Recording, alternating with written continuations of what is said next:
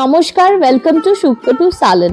শুক্তো to সালনে জামাই ষষ্ঠী একটু দেরি হয়ে গেল, কারণ আমাদের এখানে না সবসময় সবকিছু অ্যাভেলেবেল থাকে না, তাই আমরা সপ্তাহ শেষেই আমাদেরকে যে কোনো অনুষ্ঠান একটু সেলিব্রেট করতে হয়। তো যাই হোক, আজকের জামাই ষষ্ঠীর ব্লগটা শুরু করছি তোমাদের সাথে। এই যে আমাদের যে এখানে বাজার বা হায়দ্রাবাদে যে মান্ডি বসে সেইটা দিয়ে, এরকম প্রত্যেক সপ্তাহে বিভিন্ন বারে বারে বিভিন্ন জায়গায় এরকমভাবে সবজি বাজার বসে। তো যাই হোক, আমাদেরটা বৃহস্পতিবার বসে, তাই বৃহস্পতিবার দিনের বাজারটা এরকম ভাবেই সেরে রেখেছিলাম। আচ্ছা, তোমাদের সাথে আরেকটা জিনিস শেয়ার করি। এই সমস্ত সবজিপাতি তো তোমরা চেনো। এই যে হলুদ রঙের যেটা দেখতে পাচ্ছ, এটাকে বলা হয় ধোসাকাই। এই ধোসাকাইটা এখানে সাম্বারে ব্যবহার করা হয়। আর এই তো রাঙা আলু দেখতে পাচ্ছ, বিট দেখতে পাচ্ছ, এগুলো তো খুবই সাধারণ, সব জায়গায় পাওয়া যায়। যাই হোক, আর এই মাছের যে ছবিটা দেখতে পাচ্ছ, এটা শনিবার দিনকে আনা। এখানে একটু রয়েছে বাটা মাছ আর একটু গলদা চিংড়ি। তো চলো, আজকে শনিবার, আজকে এবারে আমাদের সমস্ত যে জামাই ষষ্ঠী প্রিপারেশন করব। এখানে দুধটাও ফুটাতে শুরু করছি, কারণ ছানা কাটাবো। আর এখানে মুগের ডালটা সেদ্ধ করতে দিয়ে দিয়েছি। আজকে হবে আমাদের গ্র্যান্ড জামাই ষষ্ঠী সেলিব্রেশন।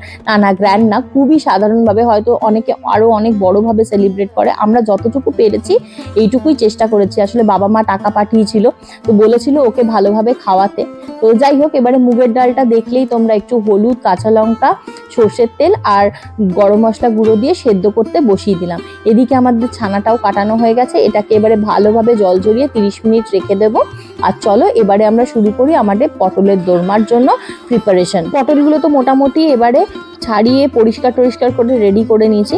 কিন্তু প্রথমে এবারে আমরা বানিয়ে নেব আমাদের যে মুগের ডাল, সেটা। কারণ কি, মুগের ডালটা সেদ্ধও হয়ে গেছে, তাই ঝটপট ডালটা সেরে নিলে একটা আইটেম রেডি হয়ে থাকবে। একটুখানি কড়াইতে সর্ষের তেল দিয়ে দিলাম। খুব সিম্পলভাবেই করছি এবং নিরামিষই করছি।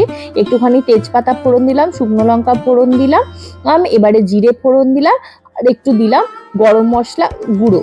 তো চাইলে তোমরা গোটা গরম মশলাও দিতে পারো। একটু নারকেল দিয়ে দিলাম, একটুখানি আমার কাছে এরকম ফ্রোজেন মটরশুঁটি ছিল, সেটাও দিয়ে দিলাম। খেতে বেশ ভালোই লাগে। একটু ভালো করে নাড়িয়ে তাতে একটু নুন মিষ্টি দিয়ে এবারে ডালটাকে ঢেলে দেবো। আচ্ছা, ডালটা ঢেলে দেওয়ার পরে সঙ্গে সঙ্গে কিন্তু গ্যাসের ফ্লেমটা অফ করে দেবো না। একটুখানি ভালোভাবে ফোড়নগুলোর সাথে মিশতে দেবো। একটুখানি সামান্য চিনি দিয়ে দিলাম। আচ্ছা, এবারে যেটা দেবো সেটা হচ্ছে অল্প একটু আদা বাটা। এই আদা বাটা দিলেই না গন্ধটা খুব সুন্দর লাগে। এবারে ঢাকা দিয়ে একটুখানি ফুটতে দিলাম। দেখো, মোটামুটি হালকা ফুটে এসছে, একটা সুন্দর গন্ধ চলে এসছে। হয়ে গেছে আমাদের মুগের ডাল। এইবারে চলে যাই আমাদের পরবর্তী প্রিপারেশনে। আমরা এবারে বানিয়ে নেব পটলের দোরমাটা। এবারে দেখো, একটু কড়াইতে ঘি আর তেল মিশিয়ে দিলাম, একটু গরম মশলা গুঁড়ো দিলাম, জিরে ফোড়ন দিলাম, আর এবারে কাজু কিশমিশটাকে না গুঁড়ো করে নিয়েছিলাম একটু হামানদিস্তাতে। এটাকে একসাথে ভালো করে ভেজে নেব। এবারে এটার মধ্যে একটু পেঁয়াজ আর ক্যাপসিকাম কুচি দিয়ে দিলাম, আর দিয়ে দিলাম সঙ্গে একটু নারকেল কোড়া দিয়ে ভালো করে নাড়িয়ে চাড়িয়ে, ওই যে নুন মিষ্টির ব্যালেন্সটা তো খুবই দরকার, ওই জন্য প্রথমে একটু নুন দিলাম। এখনো কিন্তু মিষ্টি দিইনি, মিষ্টি একটু পরে দেব। যাই হোক, ভালোভাবে নাড়িয়ে, এটা কিন্তু বেশিক্ষণ করতে একদমই সময় লাগে না। এইবারে আমাদের যে ছানাটা বানিয়ে রেখেছিলাম সেটা দিয়ে দিলাম, ভালো করে এটার সাথে মিশিয়ে। কি সুন্দর যে গন্ধ আসছিল না। আচ্ছা, একটুখানি আদা বাটাও দিয়ে দিলাম, কারণ এটা ধরো মোটামুটি একটু নিরামিষই হবে। আচ্ছা, একটুখানি হলুদও দিয়ে দিলাম। যদিও তোমরা ভাবতে পারো এ কি পেঁয়াজ দিচ্ছে আবার বলছে যে নিরামিষ। জানো তো, বাইরের রাজ্যে না পেঁয়াজ বা রসুনটাকে না মানে আমিষ মনেই করা হয় না। কিন্তু যাই হোক, আমরা বাঙালিরা তো মনে করি। আমাদের পুরটা হয়েও গেছে। 5 মিনিট ঠান্ডা করে এবারে চলো, পটলগুলোর ভেতরে একদম সুন্দর করে ভরে নিয়েছি। আর বাকি যে পুরটা রয়েছে সেটাও আমাদের গ্রেভিতে কাজে আসবে। চলো, এবারে পটলগুলোকে একটু ঘি আর তেল মিশিয়ে ভেজে নিই সুন্দর করে, দিয়ে এবারে গ্রেভিটাতে চলে যাব। আমি এই পটলের দোরমার জন্য প্লাস এত আইটেম আছে সেহেতু একটা মোটামুটি একটা পেস্ট বানিয়ে রেখে দিয়েছিলাম। সেটা হচ্ছে পেঁয়াজ, আদা, রসুন, টমেটো, আর সেটার মধ্যে 2টো শুকনো লঙ্কা আর কিছুটা কাঁচা লঙ্কা দিয়ে ওটা মোটা করে বানিয়ে রেখেছিলাম, কারণ বিভিন্ন রান্নায় ওটা ব্যবহার করা যাবে। তো যাই হোক, ওই পেস্টটাও দিয়ে দিলাম। আর দেখলেও কি ফোড়ন দিলাম। মোটামুটি আমাদের পটলের দোরমা রেডি। আচ্ছা, ওই পটলের দোরমার যে গ্রেভিটা না, সেখানে আমরা যে আলাদা করে ছানাটা রেখেছিলাম, সেই ছানাটাও আমি একটুখানি দিয়েছিলাম, যাতে টেস্টটা খুব ভালো হয়। আমাদের পটলের দোরমা রেডি। আর এই যে এখানে দেখতেই পাচ্ছ ম্যারিনেটেড মাটন রয়েছে। এবারে চলো ফটাফট মাটনটাও বানিয়ে নেব। কড়াইতে একটু সর্ষের তেল গরম করে আলুগুলোকে নুন আর হলুদ মাখিয়ে একটু হালকা করে ভেজে নিলাম। মাংসে আলু না পড়লে বাঙালি কি আর মাংস খেয়ে মজা আসে, সে চিকেনই হোক আর মাটনই হোক। যাই হোক, এবারে ওই তেলের মধ্যে একটুখানি চিনি দিয়ে দিলাম যাতে কালারটা খুব সুন্দর আসে। সেটা অপশনাল, তোমরা চাইলে দিতেও পারো, নাও দিতে পারো। যাই হোক, এবারে তেজপাতা আর যেরকম গোটা গরম মশলা দেয়, দারচিনি, লবঙ্গ, এলাচ দিয়ে দিলাম।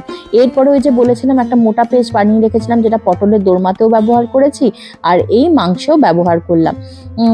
এবারে এরকম ভালো করে এই মশলাটাকে কষিয়ে নেব। আর সঙ্গে আবার একটু দিয়ে দেবো হলুদ, একটুখানি কাশ্মীরি রেড মির্চ আর একটুখানি নুন। এবারে কাজ হলো মশলাটাকে ভালো করে কষানো, যাতে মশলার যে কাঁচা গন্ধটা সেটা চলে যায়। আর যখনই দেখবে যে একটু লেগে লেগে যাচ্ছে, একটুখানি জল দিয়ে দিলে হয়ে যাবে। যাই হোক, একদম যেরকম সিম্পল চিকেন বা মাটনের যে পাতি কষা বা ঝোল যেটাই বলবে হয়। তবে হ্যাঁ, আমার একটা ব্যাপার আছে, আমি না একটু চিকেন বা মাটনে অলওয়েজ একটু চা পাতার জল ব্যবহার করি, যেহেতু আমার মনে হয় যেন টেস্টটা বেশি ভালো লাগে। এবারে কিছুই না, মোটামুটি একটু 50% মতন আমাদের যে মশলাটা কষে গেছিলো, তারপরেই আমরা মাটনটা ঢেলে দিলাম, সঙ্গে দিয়ে দিলাম আরেকটুখানি নুন। এইবারে কাজ হচ্ছে মাটনটাকে ভালো করে কষানো। এই কষানোটাই হচ্ছে আসল। যদি অর্ধেক কষানো হয় তাহলে কিন্তু মাটন সেদ্ধও হবে না, এটা চিকেন নয় যে 15-20 মিনিটে হয়ে যাবে। আর এই দেখো, যেরকম আমাদের চা পাতার জলও ফুটছে, যখন একদম কষে লেগে লেগে আসবে তখন একটু একটু করে চা পাতার জল দেবো আর মাটনটা কষাবো।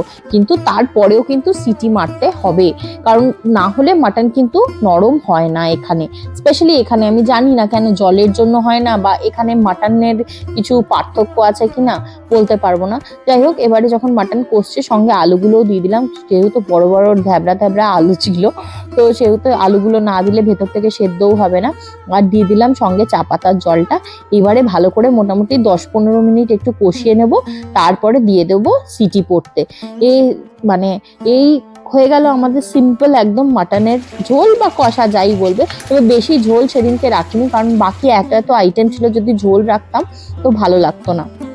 যাই হোক, চলো এবারে আমাদের চলে যাব আমাদের আরেকটা স্টার আইটেমে, সেটা হচ্ছে চিংড়ি মাছের মালাইকারি। তো চিংড়ি মাছের মালাইকারির জন্য এই যে সর্ষের তেল গরম করে নিলাম, এইবারে দিয়ে দিচ্ছি আমাদের চিংড়িগুলোকে ভালো করে নুন হলুদ দিয়ে ভেজে তুলে রেখে দিলাম। এইবারে চলো বাকি প্রসেসটা ফলো করি। তেলে চিংড়ি মাছ ভেজেছিলাম, সেই তেলে একটুখানি ঘি দিয়ে দিলাম এবং গরম হয়ে উঠলে এটার মধ্যে দিয়ে দেবো তেজপাতা ফোড়ন, তার সাথে দেবো মৌরি ফোড়ন। এখানে কিন্তু জিরে ব্যবহার করলাম না। আর দিলাম একখানা শুকনো লঙ্কা।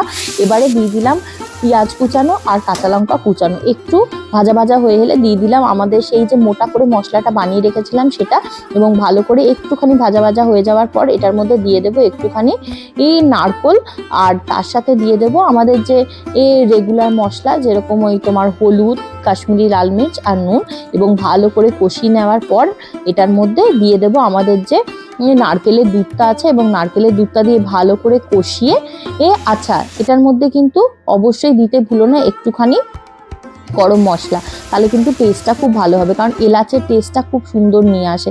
যাই হোক, দেখো আমাদের হয়ে গেল চিংড়ি মাছের মালাইকারি। এরপরে আমরা চলে যাব আমাদের পরবর্তী রান্নাতে। এবারে আমরা বানিয়ে নেবো একটু আমাদের পোলাও।